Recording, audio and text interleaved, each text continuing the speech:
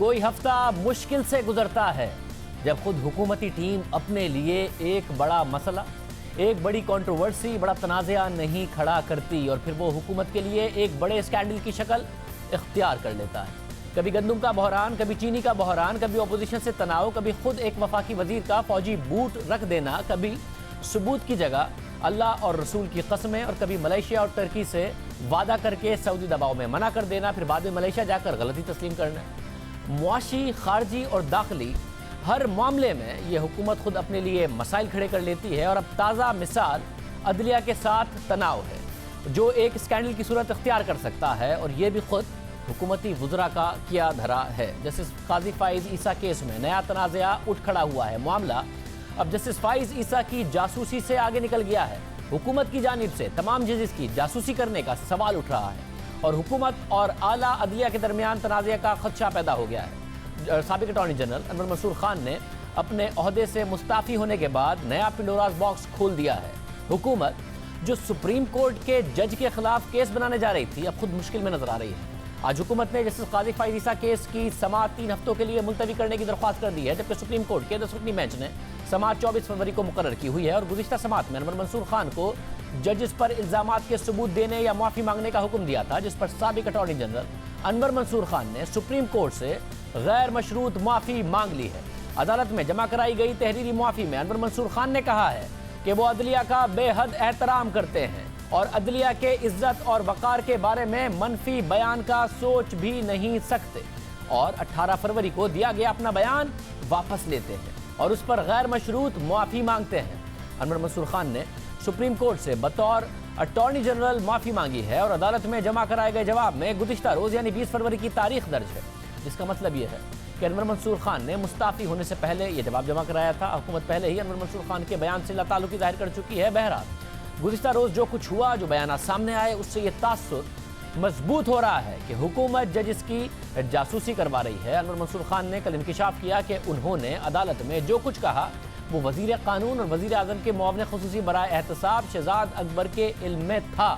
साथ ही उन्होंने ये दावा भी किया कि उन्होंने जो कुछ अदालत में कहा वो मालूमात की बुनियाद पर कहा, मगर उन्होंने ये नहीं बताया कि ये मालूमात उन्हें किसने दी। जिसके बाद ये सवाल उठ रहा है कि जजिस से मुतालिक मालूमात हुकूमत तक कैसे पहुँच रही हैं, अंदर की बात हुकूमत तक कौन पहुँचा रहा है, और हुकूमत इन मालूमात की बुनियाद पर जजिस के खिलाफ केस तैयार कर रही है। अनवर मंसूर खान ने बतौर अटॉर्नी जनरल 18 फरवरी को जो कुछ अदालत में कहा वो हुकूमत की रजामंदी से किया या नहीं, इस हवाले से मुतज़ाद बयानात सामने आ रहे हैं जो मामले को मशकूक बना रहे हैं। वज़ीर कानून फ़ारूक नसीम ने गुज़िश्ता रोज़ कहा कि अदालत की तरह उन्हें भी अनवर मंसूर के बयान से धचका पहुंचा, मगर अनवर मंसूर खान का दावा है कि उन्होंने जो कुछ किया, जो कुछ कहा वो फ़ारूक नसीम और बैरिस्टर शहजाद अकबर के इल्म में था। ना सिर्फ इल्म में था बल्कि उन्होंने इस हवाले से उसके बाद वो उनके साथ ही उनके दफ्तर में गए, पता भी था, उन्होंने अप्रिशिएट भी किया कि ये बात हुई है। 18 फरवरी को जब अटॉर्नी जनरल ने अदालत में मुतनाज़ बयान दिया तो उस वक्त उनके साथ फ़ारूक नसीम और शहजाद अकबर मौजूद थे, मगर उन दोनों का कोई रद्द अमल सामने नहीं आया था। सवाल यह है कि 48 घंटे तक खामोशी क्यों रही।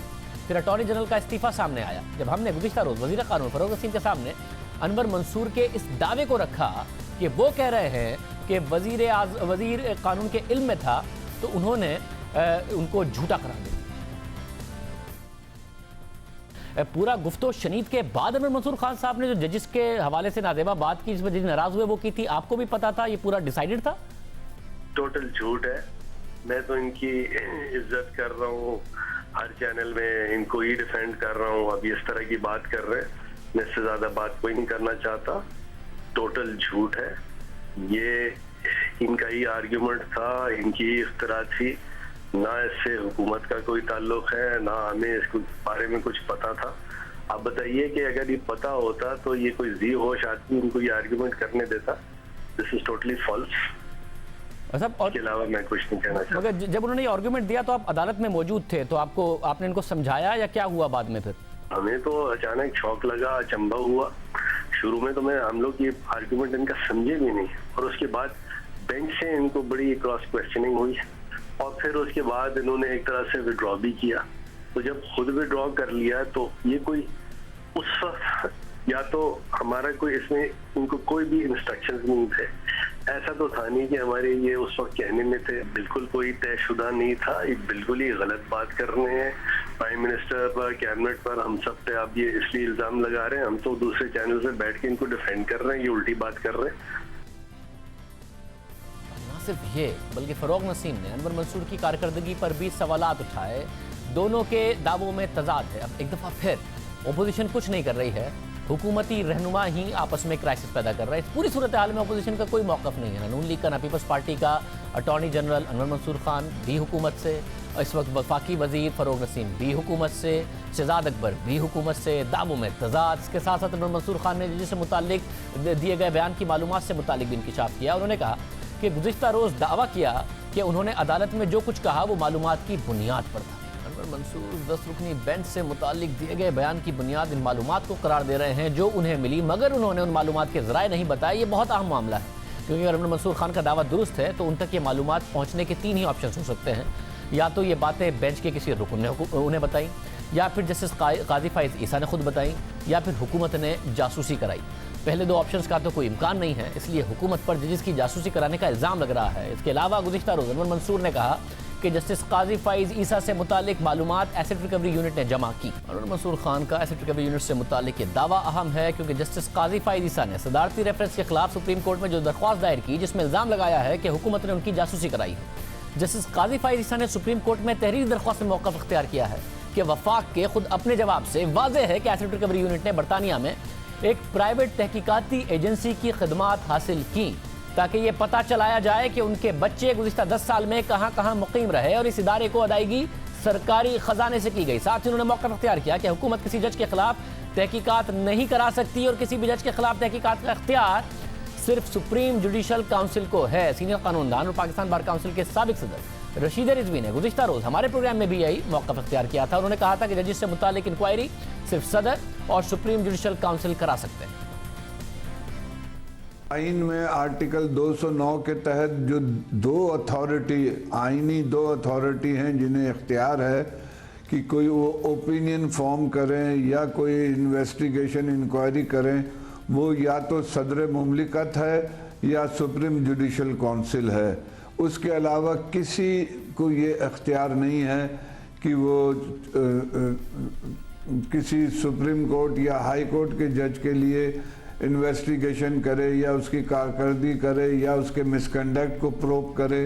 ये उनके दायरे अख्तियार से बाहर आता है, और यही क्वेश्चन सुप्रीम कोर्ट के सामने है। यानी या तो सुप्रीम जुडिशल काउंसिल या फिर सदर मुमलिकत तहकीकात करा सकते हैं। सुप्रीम जुडिशल काउंसिल ने तो तहकीकात कराई नहीं, तो क्या सदर मुमलिकत ने सुप्रीम जुडिशल काउंसिल को शिकायत पहुंचाने से पहले, रेफरेंस पहुंचाने से पहले ये तहकीकात कराई? क्योंकि अगर उन्होंने कराई तो रिजवी साहब के बकौल वो करा सकते हैं।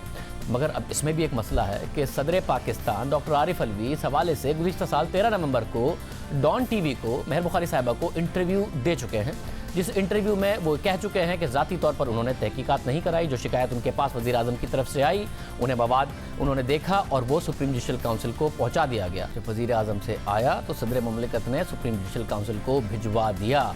यानी कि सदर मुमलिकत के पास जब वज़ीर आज़म की तरफ से ये आया तो सदर मुमलिकत ने मज़ीद तहकीकात के लिए एसेट रिकवरी यूनिट को नहीं कहा, और उन्होंने डायरेक्ट सुप्रीम जुडिशल काउंसिल को भिजवा दिया।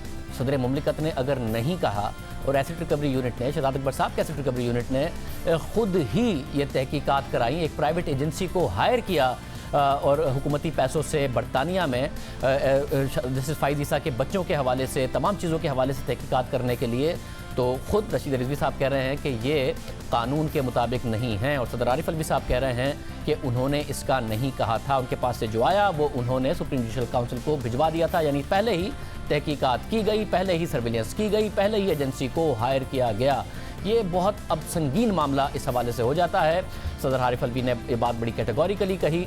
अदलिया इस हवाले से अब नाराज़ नजर आई। अटॉर्नी जनरल मुस्ताफ़ी हो गए हैं, साथ ही नया पेंडोरास बॉक्स खुल गया है। हुकूमत के लिए केस मुश्किलात खड़ी कर रहा है। अगर ये बात दुरुस्त साबित हो जाती है कि हुकूमत ने अदलिया की जासूसी कराई, क्योंकि जो अटॉर्नी जनरल ने बात की थी उसमें वो ये इम्प्लाई कर रहे थे कि उनके ये इल्म में बात है, तो हुकूमत के खिलाफ एक बड़ा केस बन सकता है। इस केस में फाइज ईसा के वकील बाबर सत्तार ने भी ये सवाल उठाया। जिस तरह से मुकदमा कायम किया गया, रेफरेंस कायम किया गया, उससे ये नज़र आता है कि जजेस की सर्वेलेंस होती है। ये एक बेसिक हमने पोजीशन ले रखी है अदालत के सामने, और इसके ऊपर बड़ी तफसील से वहाँ पे बहस हुई है। तो अटॉर्नी जनरल साहब को कोई इल्हाम तो नहीं होना था कि जज साहिबान जो हैं वो किससे मिलते हैं या क्या करते हैं या उनका क्या ताल्लुक़ है इस मुकदमे के साथ।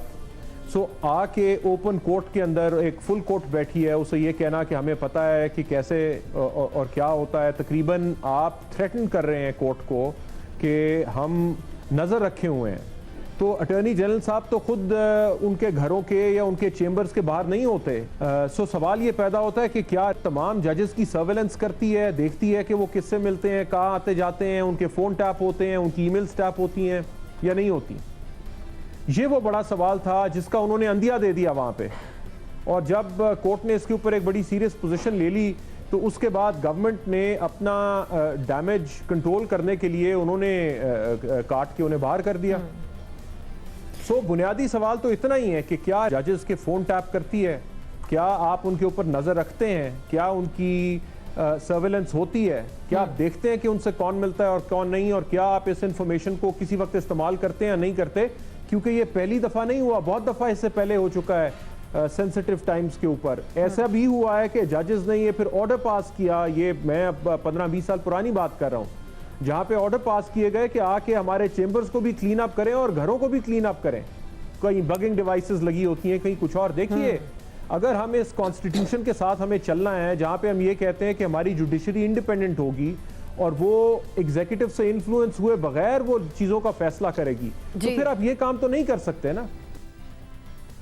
इस सब पर बात करने के लिए हमने शहजाद अकबर साहब को कल भी बुलाया, आज भी बुलाया, और उनका जवाब आया कि ये मामला सब जुडिस है, इसलिए वो इस पर बात नहीं करेंगे। वैसे वो सब जिस मामलात पर, ज़ेरे तफ्तीश मामलात पर लंबी लंबी प्रेस कॉन्फ्रेंस करते हैं, टॉक शोज़ में जाकर उस पर बात करते हैं, क्योंकि वो अपोजिशन के मामलात होते हैं। अब मामला उनके ऊपर आ रहा है तो वो कह रहे हैं कि ये सब जुडिस मैटर